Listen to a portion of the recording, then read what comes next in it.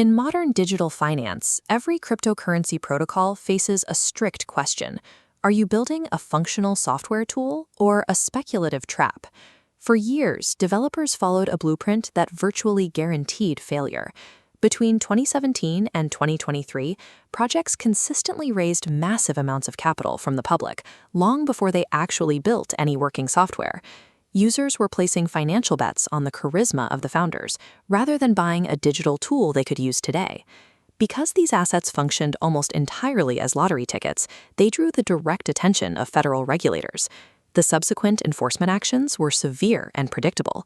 This checklist represents the Howey test, the definitive four-part legal framework used to classify an asset as an unregistered security. Two specific definitions consistently trap crypto operations. First, the investment of money, and fourth, the expectation of profit from the efforts of others. The typical token model natively triggers both of these alarms. By selling an asset upfront and promising a roadmap of future upgrades, developers actively invite users to invest their money and wait for the team's ongoing efforts to drive up the price. Surviving today's regulatory environment means abandoning that old blueprint. To build a compliant network, developers must engineer a new protocol that systematically neutralizes these exact legal definitions using hard-coded software. We start by targeting the first legal vulnerability, the investment of money. To solve this, developers use a mechanism called just-in-time or JIT tokenization. This timeline vector shows exactly how JIT works in practice. When a user requests a service, they input standard fiat currency. Behind the scenes, the system instantly mints a digital token, applies it directly to execute the requested task, and then destroys it within milliseconds. Because the token immediately vanishes after performing its job, the user never actually holds it in a digital wallet. There's nothing to accumulate, and the physical act of long-term hoarding is prevented by the protocol itself.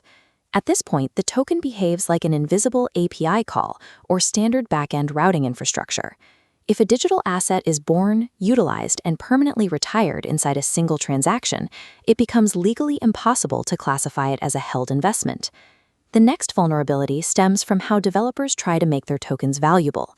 Historically, founders manually destroyed portions of their token supply in heavily publicized burn events to artificially inflate prices.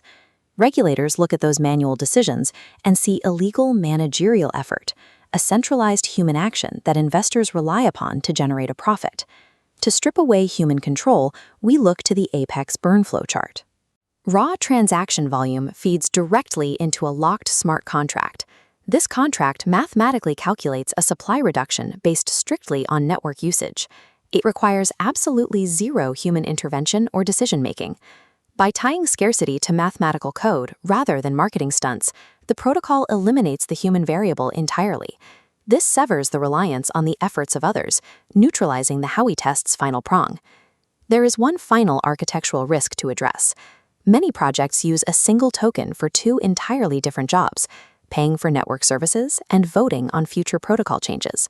When the same digital asset that buys a service also controls the future direction of the network, regulators argue it behaves exactly like a corporate stock or an equity proxy. This diagram demonstrates dual token architecture. A single digital token physically splits into two entirely isolated parallel streams. One creates a strictly isolated asset class dedicated only to functional utility. The second is a completely disconnected asset designated solely for governance.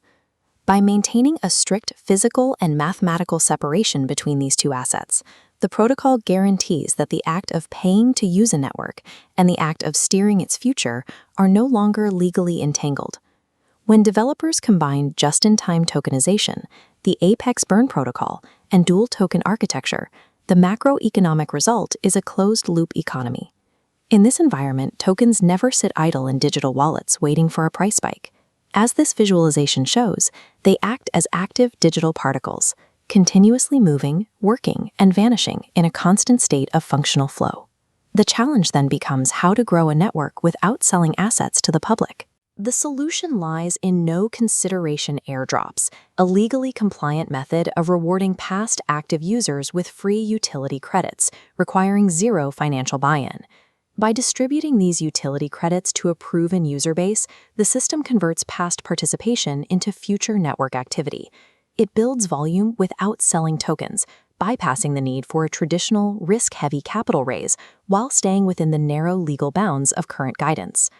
The technical barriers we've explored, Jadeite minting, automated burns, and dual token tracks, make the old model of high-risk token hoarding increasingly difficult to maintain. As enforcement narrows the window for speculative assets, the functional utility model becomes the only viable technical path remaining. Looking forward, the most successful digital assets will not be treated as investments to hoard. Instead, they will act like the unseen data streams pulsing beneath this cityscape, invisible infrastructure that users rely on daily without ever realizing a token was involved. The protocol makes compliance a technical certainty rather than a managerial promise. The law is no longer a set of external rules to be navigated, but a collection of mathematical limits integrated into every transaction.